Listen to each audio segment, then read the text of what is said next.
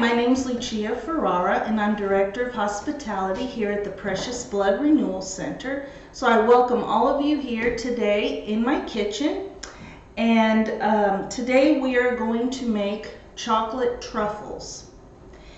But why do we love chocolate truffles? It's because we love chocolate and we celebrate it mainly for St. Valentine's Day. So before we talk about food that's associated with St. Valentine's Day, we're going to talk about the history of the day itself. So St. Valentine was a physician who was persecuted because he would marry people, the soldiers and just people in the town who weren't allowed to get married in the church. So he would take them and then he would marry them, you know, just wherever, whomever. And so he was persecuted mainly for that. But he was also a physician. And when he was jailed by one of the Roman emperors, he had a patient of his jailer's daughter. And this jailer's daughter was blind. And so as a physician, he tried to heal her and give her medicine and prayed for her. And so the day that he was to be persecuted, he wrote a love note, a love-themed note to this young woman who was his patient and who was blind. And so at the end of his letter, he signed it, "Your Valentine." So as a farewell before his execution. So this gesture of "Your Valentine" is still celebrated today. So it's celebrated on cards, on Valentine cards with cupids and hearts and, you know, love your Valentine. It's just so, it's so traditional. And so written notes with cupids, like I said, and hearts and doves, all kind of symbolizes St. Valentine, the note that he wrote to his love before his execution. And one little side note, the daughter of the jailer, who was St. Valentine's love, was healed from her blindness. So all the prayers and all the love and all the medicine that St. Valentine gave her did help. But she did not get to see him because he was executed before she regained her sight. And so there's different symbols of Valentine's Day. And so we're going to talk about a little bit about the food behind St. Valentine's Day. So we always traditionally have a wonderful dinner, and we bring our love, you know, flowers and, I don't know, perfume and chocolate and, you know, wonderful dinners and all different kinds of things and wine. And so these are all love gestures that symbolizes that. But there's particular foods that way back centuries ago, and some still used today. For example, herbs like basil. Basil is a symbol of fertility. And way back, centuries way back, women would wear basil on their, you know, on their shirt or around their neck as a symbol or a signal that they were single. So that means that they were available for anyone that wanted her. The other herb is lavender, which lavender is known for its beautiful scent. And it was also known as an aphrodisiac. Lavender is used a lot in different things. I've had lavender in ice cream. I've had lavender in chocolate. We've had lavender in our bath soaps, our lotions. So lavender is really a wonderful, wonderful herb. And I guess not to mention an aphrodisiac. So the other herb that was real popular in wedding bouquets many, many centuries ago and was a symbol of love is rosemary.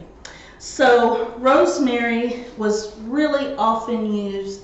It has a great scent to it, not only when you cook it, but even you could smell it just when you're picking it off its vine. So it is also a symbol of love. So then wine. What better thing that you can have on Valentine's Day to celebrate is wine. So wine was also known as the euphoria of love back in the day. And so have a glass and with your love, and you can have some of the chocolate truffles too. The other thing that that was real popular and is also traditional symbol of love is honey. And bees are traditionally a symbol of love because the sweetness of honey and the bitterness of their sting. So it's kind of, you know, hit or miss there. And then strawberries. Everyone loves strawberries. So the red color not only symbolizes the heart, but if you really take a look at a strawberry, it's kind of heart-shaped if you kind of look at it. So it's the perfect fruit to celebrate love. And it's also a symbol of Venus, who is the Roman goddess of love. Yes, of love. And with strawberries comes chocolate. So who doesn't like a chocolate-covered strawberry, right? So chocolates are very, very common, and it was a very, very common gift during the Victorian era. So, but it is a very, very popular gift too. So, what better way of celebrating St. Valentine's Day is making your very own chocolate truffle. So, what we're going to do, and I'm just going to tell you what we have here and how we're going to use it. So you're going to have 3 cups of semi-sweet chocolate morsels, okay?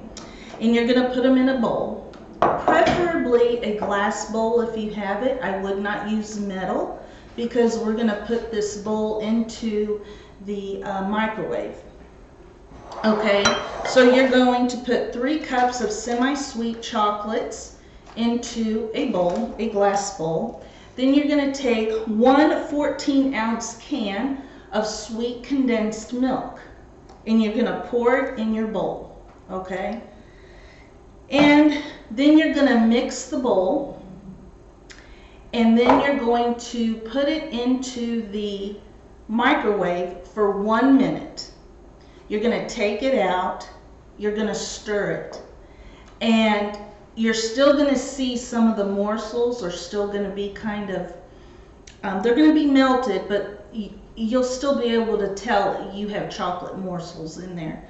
So then you're going to stir it, you're going to put it back in the microwave for about 1 more minute. You're going to take it out, stir it again. By this time, it should be good to go. And what you're going to do then is take 1 tablespoon of vanilla. You can pour it into your mixture, and you're going to stir it really good. And then what you're going to do is you're going to put it into the refrigerator, okay? And you're going to put it in the refrigerator for about 2 hours, or depending how cold your refrigerator is and where you put it, you're going to put it in there covered, and you're going to leave it in there until it hardens up, but not too hard, but just hard enough. So I've already done that whole process. So here's what the chocolate will look like when it comes out of the refrigerator. So I've got a small little ice cream scooper. You can use anything you want just to dig it out of your bowl. And with clean hands, and my hands are clean. I washed them before the show here. So I'm gonna just scoop out some chocolate. And man, you guys, this smells good. It's really good. So then you're gonna form the chocolate into a small ball, okay? And then you could dip these into powdered sugar. You can dip them into real finely chopped nuts if you like that. I like to use different kinds of sprinkles. And so what I did here, and if you guys can tell, I'm a Chiefs fan with the red and the yellow. And there we go. You've got your own little chocolate truffle. So here I've made some already. Got the red. I've got, you can even cover it here. I've got cocoa. You can use baking cocoa. You can use hot chocolate. So I'm dipping mine in some sprinkles here. So you just kind of cover it all up and it's ready to serve. So what more can you ask for than a wonderful creamy? What makes it creamy is the sweet condensed milk and the vanilla. It gives it just the right taste. So it's not bitterly sweet, but it's just perfect. And they're just enough. You can have at least 2 or 3, and I'm telling you, it's really, really enough for me anyway. But I hope you enjoyed today's segment and learned a little bit about St. Valentine and why we celebrate his feast day on the 14th of February. So until next time, enjoy your truffle.